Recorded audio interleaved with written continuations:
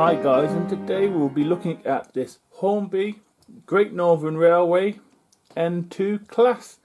I believe the tooling for this locomotive was Airfix before, or it could have been Dapple, one or the other. I think it's more Airfix.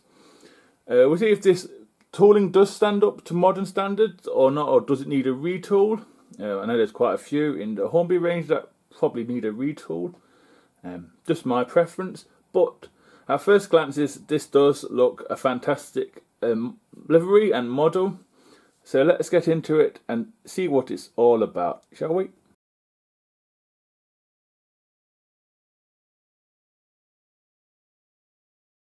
As we start off at the front of the locomotive does have metal sprung buffers, which is nice for an oldish locomotive.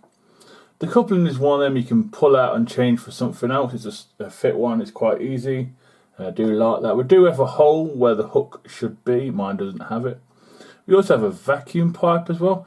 We also have the number of the loco printed on the buffer beam, which is 1763. As we move up, we do have some cylinders just below the smokebox door. The smokebox door itself, the handle seems to be moulded, but we do have it picked out in silver along with the hinges and bracing as well. There's no lamp irons down there apart from one on top of the chimney area. The chimney is moulded onto the locomotive. We do have some moulded handrails and in the sandbox by the looks of it as well. As we move on to the side of the locomotive, both sides are different. I'll start this side first. The splashes are picked out in white on the front wheel. The wheels are in green, Great Northern green. We do have Great Northern initials on the tanks. The frames are in a burgundy or Indian red lining livery. We have a pipe underneath the cab steps as well. We also have some steps going up to the coal rail on the bunker, along with the gold writing of the number of the loco. We do have two black things, two little black boxes. I don't know what they are, but they're there and they're not on the other side. We also have the condensing equipment too on this locomotive. As we move on to the other side of the locomotive, there's some differences around here compared to the other side. One of them being under the front steps, there is some sort of pipe there. That is different because on the other side it's not like that. We have the condensing equipment again. We also have Great Northern lettering on the tanks. We also have the number of the loco with no steps going up to it, to the coal rail. We do have handrails there as well, really fine, very nice. We do have an air gap and there's no made out cylinders inside, but this is a pretty old locomotive. We do have lining on the boiler though in white and black and white. We also have a metal whistle and plastic safety valves as well, with some other piping to go with it. As we move on to the cab area itself, is it's got glazing in there, which is surprising. Only the front, the back hasn't got anything.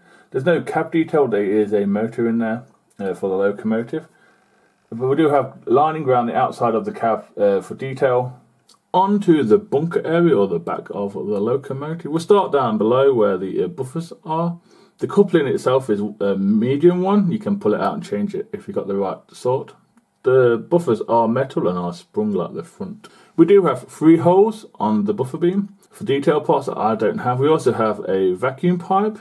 Looks like there's some rivets there as well. The buffers are in red. As we move up, we do have lamp irons picked out in black. We also have the lining of the locomotive, which is white, black and white. We have some steps there. We have the number of the loco, which is 1763. Then we have very intricate handrails just before the coal rail. Then we have the bar windows for the cab to stop the coal going through, but they are not glazed, they're just blacked out.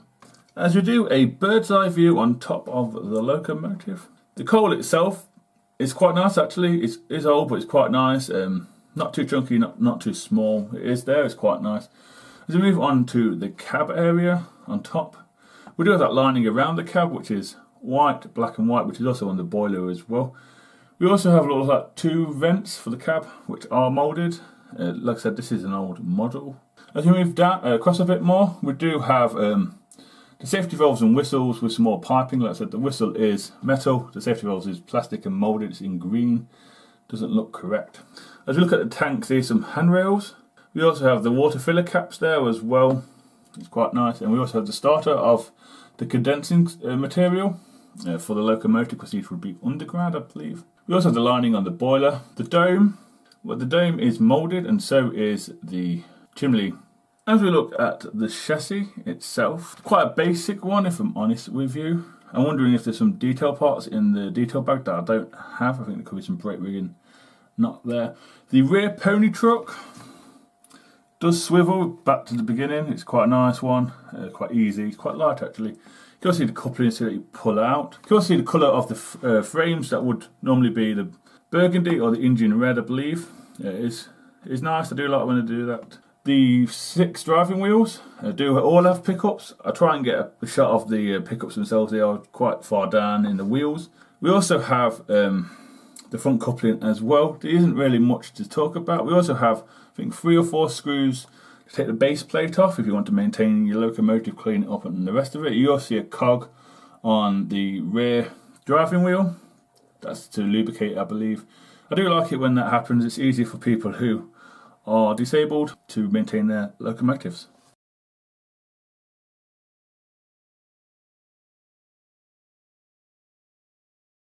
So yeah guys, that's it on the tracks. Next up will be the usual points test and second radius. It should do second radius, I just don't know. Might do the points. It's a bit iffy with the way Hornby done the pickups, but anyway, here goes. Let's see if it can do it, shall we?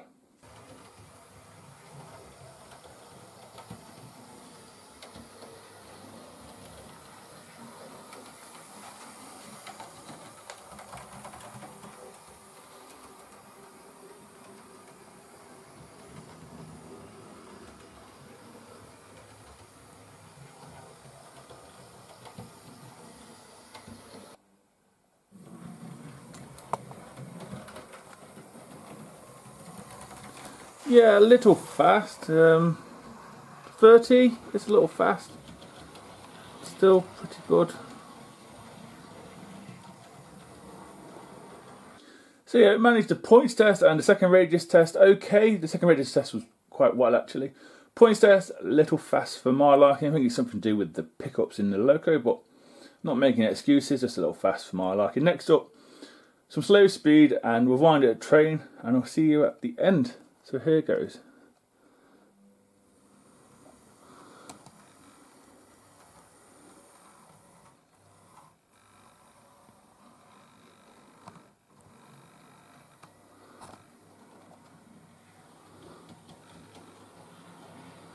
It's not too bad. What's that, like, say 20, 25? It's not too bad for DC, an old loco.